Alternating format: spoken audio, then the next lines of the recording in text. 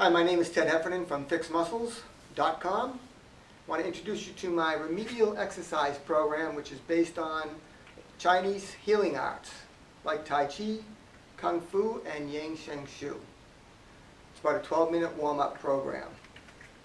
All right, we begin our program with breathing in as you rise up. Exhale, down. Keep your back as straight as possible. And crossing back of you on the down position to open up the chest a little bit. You can open the palms facing back up and down. Lean to the side, one hand over, one hand under.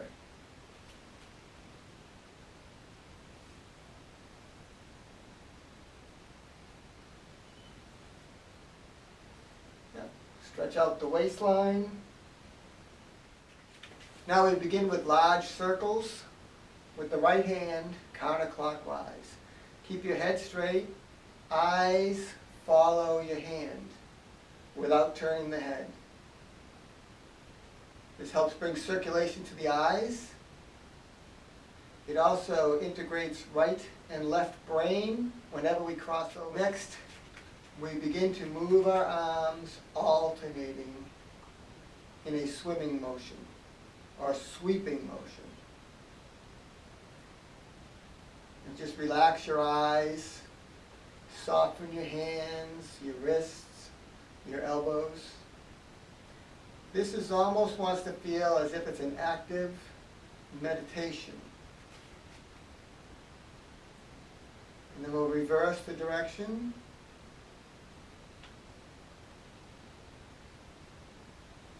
Again, keeping your knees nice and soft. And think about sweeping in front of you more than a backstroke. More forward in front of you. Great. And relax the arms. Bring the arms around together, sweeping in front, crossing over.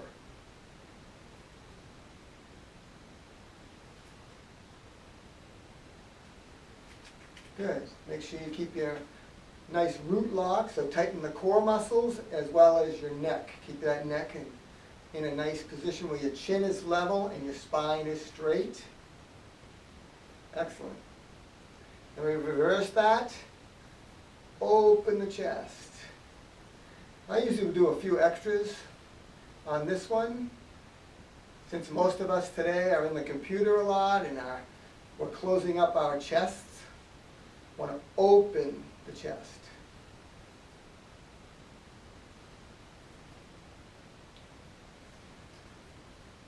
Good. And then just relax the arms down again. All right, now we're going to do like an infinity symbol or a figure 8 on its side. And again, this is a good one to follow with your eyes without turning your head.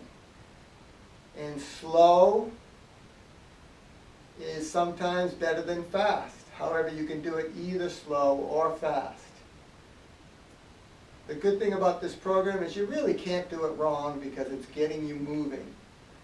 And these motions actually help to move the body's lymphatic system along, as the main lymphatic drainage ducts are in the shoulder area. Let's do the left hand. Follow your hand with your eyes. And if you go too fast, it can actually make you dizzy with your eyes moving that fast. So slow is sometimes better.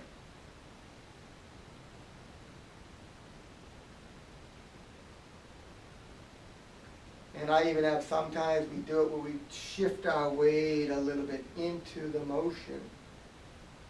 And that makes it a little more like Tai Chi. Good. Let's do the right hand again, but in a reverse motion. So you're coming up through the middle, up through the middle. And again, you can swing and shift the weight from one foot to the other, or you can stand and keep the weight neutral. And let's do our left hand. Follow it up. Excellent. Good. Eyes follow the hand. And we'll try a little bit of movement with the legs again.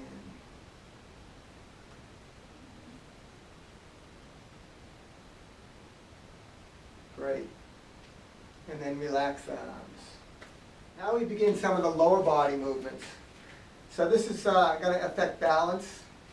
So it's important that you have a solid object that you can hold on to in case you were to fall. Because falling, it is the #1 cause of injury and death after the age of 65. So Kim, you would have that wall that you can kind of lean to if you need to. And I have this Bowflex that I can work on. So we're going to take our body, keep a nice neutral spine, root lock, neck lock, slide the right foot in, shifting our weight onto the left. Slide that right foot up this inside of the leg, working on your balance.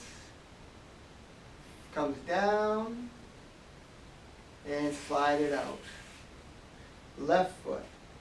If you do lose your balance, it's very important that you just put your feet down and get your balance by putting your foot down rather than reaching for something to help you balance. More often than not, people reach for an object for balance, switch legs, and then that object either breaks or falls with them. So we do about equal time up and out. So I go 1, 2, 3, 4, 5, 6, continually moving 2, 3, 4, 5, 6. Right foot up. And just go at a pace that's comfortable for you.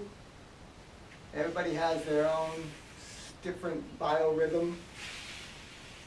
And a lot of times I work within the comfort zone. Other times we want to work outside of that comfort zone, depending on what we're trying to accomplish. Now we're going to come in with our right foot and bring it out to the side.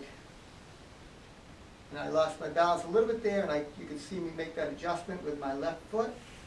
And that's what you want to do. Work on that. This is also best done barefoot. It actually ties into some of the reflex points on the bottom of your feet, which help stimulate or balance all of the systems in the body if you've ever had a foot reflexology. So every time you move, it moves your lymphatic system.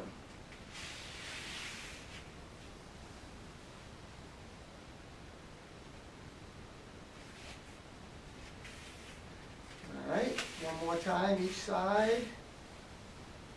I like to do maybe 5 times with each side. However, just do whatever's comfortable, as many as you want. If something feels real good, then do a few extras. If something feels tight, needs a little extra work, do some extras. Now, I like to cross my hands, bring the knees in, feet in together. You're going to cross to the opposite side with your knee. This is going to be a little bit harder to balance. You're going to feel more tightness. A little correction there. Get back up, slide down, slide out. Good. Come in, knee over, aiming to try to get my knee toward my elbow. This helps to open up the muscles in the back of the hip and the sacroiliac joint.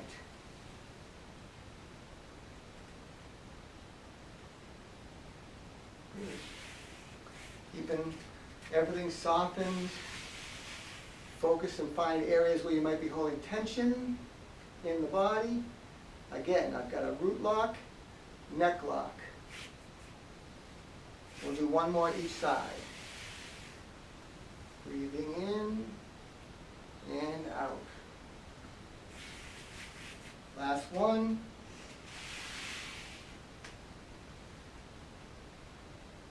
Great. Come down and relax. All right, for the next exercise, I'd like to have something that I can just put like one finger on. Kim, you got that chair? And I'll stand sideways so you can do this. So we're going to come feet about hip width apart. Come up on your heels up in the air. And then toes up. The tendency is people will lean back like this. We want to keep as straight as possible. So that's why we can hold on to something. Come up and back, toes off the ground. And I've got my feet parallel to each other. And back. Then up as high as you can, down, and lift the front of your feet or your toes off the ground. Some of us have more flexibility through the Achilles tendon than others, as long as you're engaging the muscles in the front of the shins. This is very good for shin splints, to prevent them. Now we're going to turn our toes so our feet point outward. A little wider feet, Kim. There you go. Up and back. Up. And you can certainly do it without holding on, but you can see the balance is much more difficult to do. There you go. So I'd rather see more emphasis on getting those muscles to tighten and strengthen rather than balance for this particular exercise. Good. Now, turn the toes in. You'll find this will be the least amount of flexibility for most people. So up on your toes, and then back on your heels with toes coming up. Really rotate those feet inward. You should feel it on the outside of your hips. Yep, and I like to inhale and exhale. Up, down, and back. That's it. Last one. And another good little exercise is just walk around on your heels, as long as you have a good support under your heels so you don't injure your heels. All right, last exercise. Move up a little bit. So feet maybe hip width, a little wider, shoulder width. Bend down, cross your hands like we started, but we're going to come up. Inhale, inhale. Interlace your fingers, turn the palms up. Stretch up, way up on your toes for this one. And then breathe out, flexing your hands, pushing your hands out away from you as you exhale down, keeping your back straight. So inhale up. Turn and stretch. And exhale out. Inhale up. And again, I keep my chin level, spine straight, and I tighten my core. I'll pull in the core. Last one, exhale down, and then just shake the arms out, legs out. And that's a great program to get you going in the morning, as good as a cup of coffee. And I'm sure I'll be getting some emails on that one. Have a great day.